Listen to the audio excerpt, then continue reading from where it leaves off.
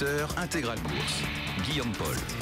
Il est 16h43, on a beaucoup parlé, vous le savez, ces derniers temps de l'Europe et des États-Unis. Actualité oblige, on a un petit peu moins parlé de la Chine. C'était l'occasion justement d'en parler. Il se trouve qu'on était tout à l'heure dans ce studio avec Xavier Ovas, qui est gérant marché émergent chez Carmignac Gestion. Et lui nous l'a dit, Carmignac Gestion reste positif sur la Chine, même s'il y a beaucoup d'inconnus à l'heure actuelle. Vous le savez, l'inflation qui bat toujours des records, la croissance dont on se demande si elle ne va pas mettre un petit peu de l'aile dans les prochains mois. Pour lui, apparemment, la Chine est toujours là. La Chine a les ambitions et les moyens d'arriver à ses ambitions dans les prochaines années. Écoutez.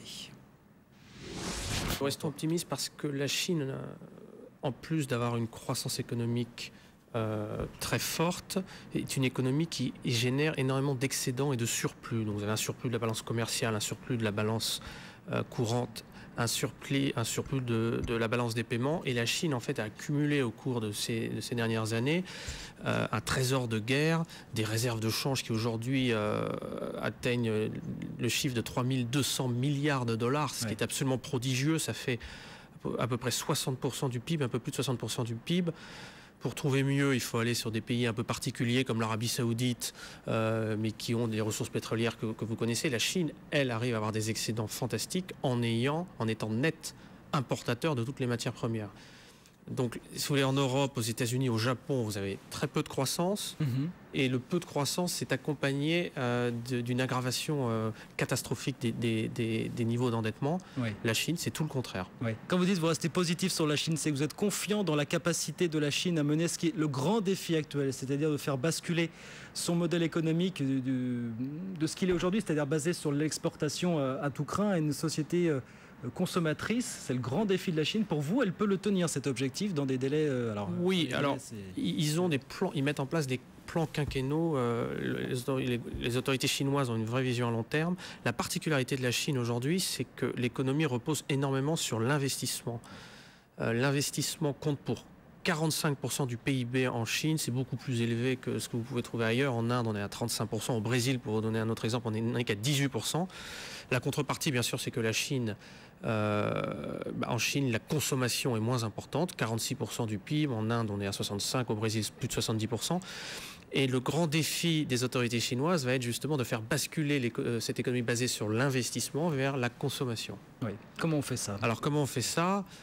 Une des grandes spécificités de la Chine, qui est un problème d'une certaine manière, c'est que les Chinois épargnent énormément. Le taux d'épargne est au-dessus de 40% du PIB. Alors pourquoi les Chinois épargnent-ils autant? Mais tout simplement parce qu'il n'y a pas de protection sociale en Chine, il n'y a pas de sécurité sociale, donc les gens épargnent pour leur retraite, pour se prémunir contre les accidents de la vie, la maladie, le chômage. Donc l'État chinois va progressivement mettre en place un système de protection sociale qui va permettre aux Chinois de devenir des consommateurs et d'épargner moins.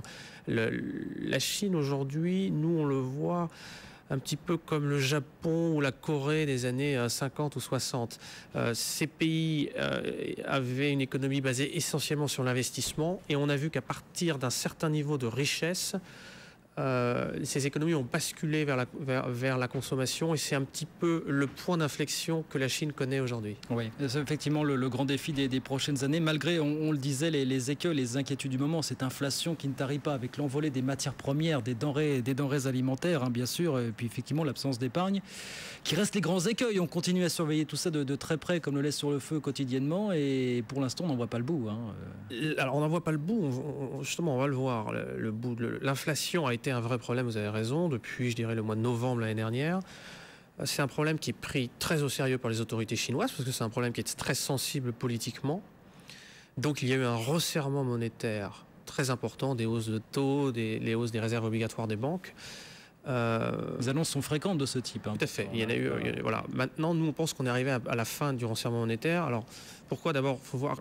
L'inflation aujourd'hui est autour de 6,5% en Chine. Le dernier chiffre publié, c'était 6,4% en juin. Dans quelques jours, on va publier l'inflation en juillet.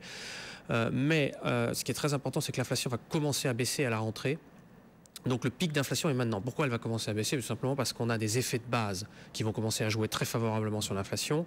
La flambée des prix alimentaires et des hydrocarbures, elle a commencé l'été 2010, donc les effets de base vont commencer à jouer.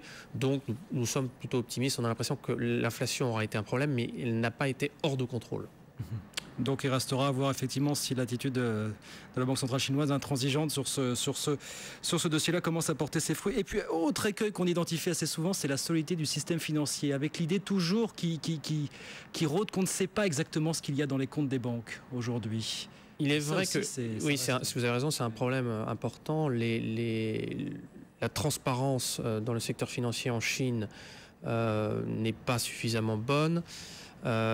Nous, ce qu'on pense, en fait, c'est qu'il est possible qu'il y ait une détérioration des bilans des banques, qu'il y ait une augmentation des créances douteuses dans les 2-3 ans à venir. Mais il faut quand même avoir en tête que les banques chinoises sont extrêmement bien capitalisées, qu'elles ont provisionné énormément d'une façon extrêmement conservatrice et surtout, c'est le plus important, je vous le disais tout à l'heure, la Chine ayant accumulé un trésor de guerre considérable depuis toutes ces années, ils ont les ressources qui leur permettraient, le cas échéant, en cas de crise financière, de pouvoir recapitaliser facilement les banques et donc d'éviter des situations de crise comme celle qu'on a vues aux États-Unis en 2007-2008 ou en Europe aujourd'hui. En quelques secondes, parce qu'il nous reste très peu de temps, comment vous voyez évoluer la croissance chinoise à cette échéance 2011 sur 2012 ? Est-ce que vous avez déjà des projections pour l'évolution du PIB chinois ? Écoutez, il y a quelques mois, les économistes et nous-mêmes avions quelques interrogations. Nous sommes encouragés par les chiffres qui sont publiés en ce moment en Chine. Le deuxième trimestre, on était à 9,5%. C'était au-dessus des attentes des analystes. La production industrielle est extrêmement forte. On est au-dessus de 15% encore. Ce qui est très important pour nous, c'est que le thème dont nous parlions, à savoir la consommation, est en train de porter ses fruits, puisque les ventes au détail sont en hausse de 17% depuis le début de l'année.